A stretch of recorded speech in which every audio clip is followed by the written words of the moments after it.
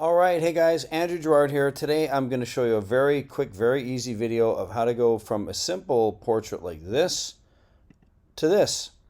Again, less is more. That's my motto here on the channel. Let's start off by undoing what I did, and it's just a few very simple layers.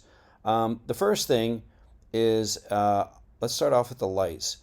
There's 3 layers of lights here. If I put this on, you can see that this layer is in screen mode and it's at 18%. All I did here is I minimized the image, took a big round brush about that big, 5,000, made a dab there with pure white, and I dropped that down so it just kind of creates a very light mist in the air, just to bring and bridge the blacks into the lights. Second, here, there is a normal layer, very low at only 5%. I could bring that up maybe a little bit, but you'll see why here. Just to get a bit more of the center of the light brighter, but just to still keep that ambient in there as well.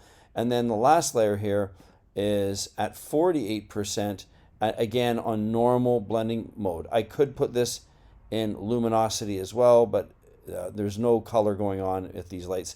These are just still pure white brush at 48%. So those 3 layers, you can shift click all those, Command G, put those in a group, and you can see how much just that adds. When you're shooting an image like this, I found, being a cinematographer, I always have lights behind the subject. In other words, with what we call a far side key or backlit in photography, and this backlit look creates a very nice contrast for you to light the subject separately. And one big thing that plays a part in this is color. So when we have an image like this, I always have to do a color adjustment before the lights, not after, because I don't want to start to introduce color into that lighting. I want that lighting to affect the subject from a pure white standpoint. So I'll turn the color balance layer on here, and you can see the difference that makes. I'll zoom in a bit closer here. Let's go before, after. And I use there's lots of ways to do this. I use a color balance adjustment. I'll start in the shadows. As you can see here, I've just put a little blue into the shadows with a little bit of red and a little bit of green. The red and green kind of balance each other out a little bit, but you can see it's not purpley, which is important. Then I'll skip to the highlights.